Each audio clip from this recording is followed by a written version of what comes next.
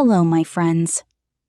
Before we begin, I have a question for you. What would you do if the person you loved called you after 2 years? What would you say? Would you say sorry? Would you cry? Or would you stay silent? For me, I could not say anything. Because at that moment, my heart was beating so fast that I could barely breathe. My name is Emma Carter, and this is part 2 of my story. My hands were shaking. The phone was against my ear. Across the street, I could still see Noah. And beside him, the woman holding his hand. My chest felt heavy. 1,000 thoughts filled my mind. Was she his wife? His girlfriend? Had he moved on? Had I lost him forever? Then Noah spoke again. Emma? His voice sounded soft, sad, almost broken. I know you're here. I froze. How did he know? I looked around. Then I saw a small smile on his face. He was looking directly at me. My heart stopped. He knew. He had seen me. For a moment, neither of us spoke. Then he said something unexpected. Please don't leave this time. Tears instantly filled my eyes. Those 5 words broke me. Because 2 years ago, I was the one who left. Without listening, without trusting him, without giving him a chance. My voice trembled. Noah. That was all I could say. Then the call ended. And suddenly the woman beside him turned and walked away. Alone. Noah remained standing there, looking at me, waiting. Just waiting. The same way he had waited for 2 years. My legs felt weak. I slowly crossed the street. Every step felt heavier than the last. The distance between us became smaller. 10 steps. 5 steps. 2 steps. Then I stopped. Right in front of him. Noah looked different. He looked older. More tired. There were dark circles under his eyes. But his eyes were still the same. Warm. Kind. The eyes I had never forgotten. Neither of us spoke. The city noise disappeared. The world disappeared. It felt like only the 2 of us existed. Then tears rolled down my cheeks. I'm sorry. My voice broke. I'm so sorry.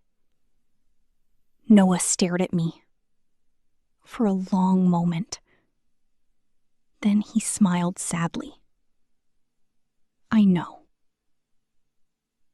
That made me cry even harder. Because he was not angry. He was not shouting. He was not blaming me. He simply understood. And somehow that hurt even more.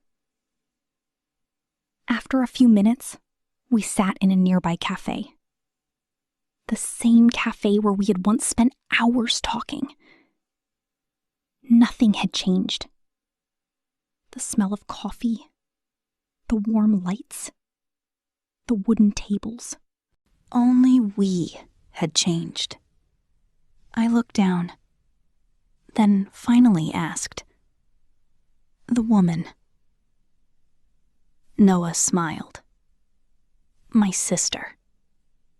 I blinked. "What?" "My younger sister." I almost laughed through my tears.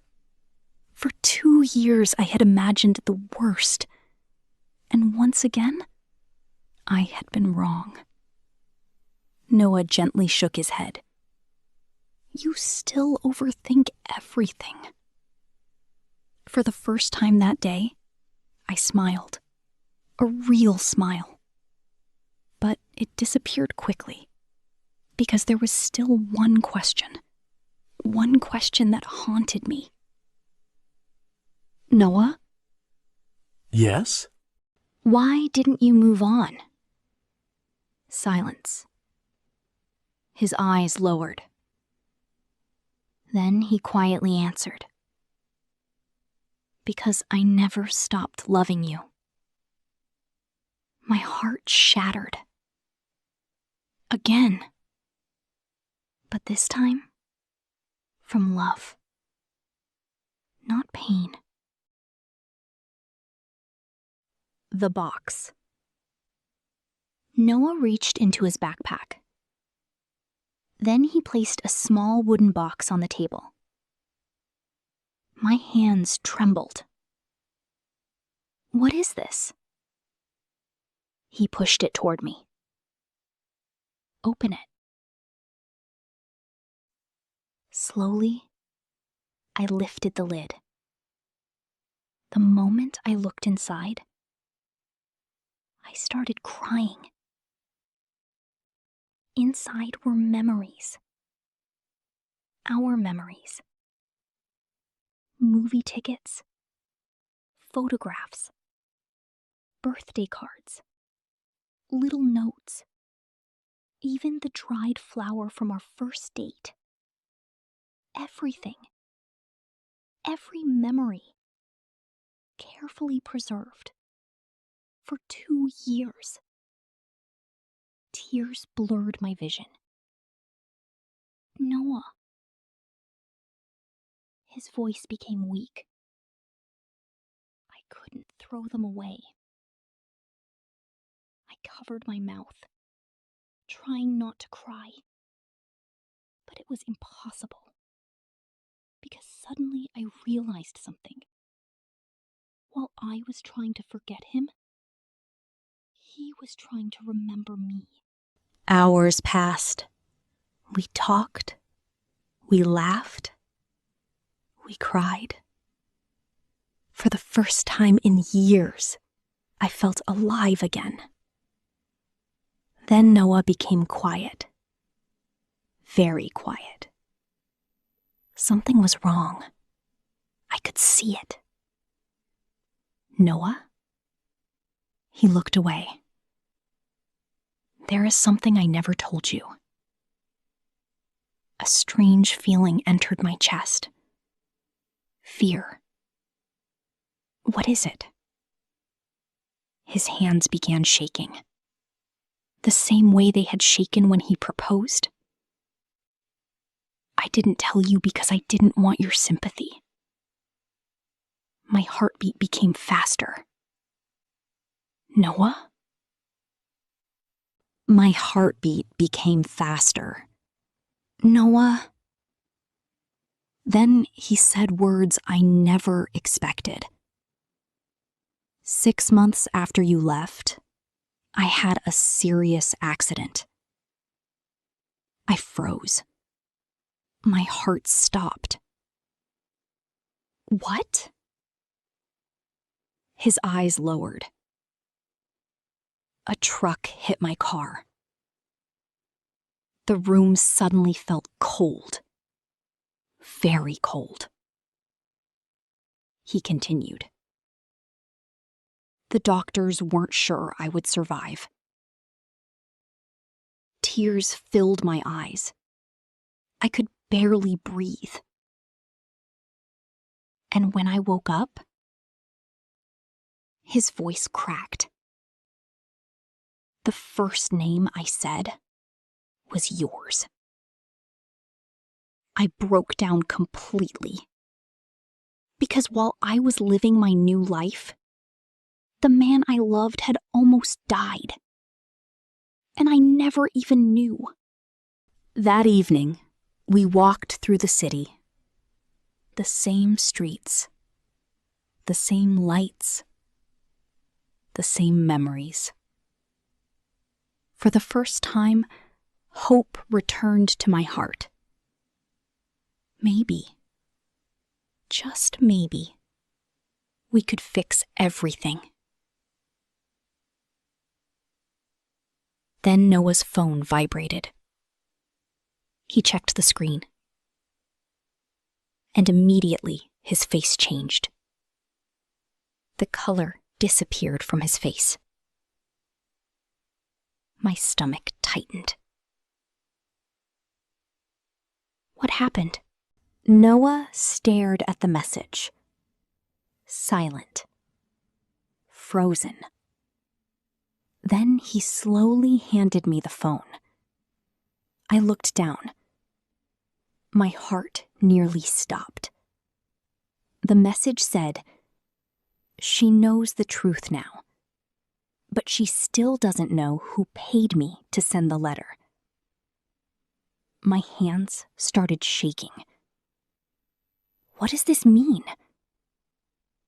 Noah looked terrified. More terrified than I had ever seen him.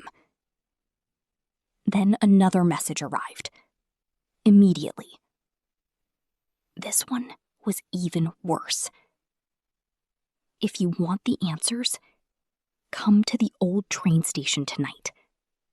Come alone. I looked up. Noah, to the old train station. But why? And what terrible secret was waiting for us there? I thought I finally found the truth. But I was wrong. The biggest secret was still hidden. And what we discovered that night changed everything. This is not the end of our story. It is only the beginning. Part 3 is coming.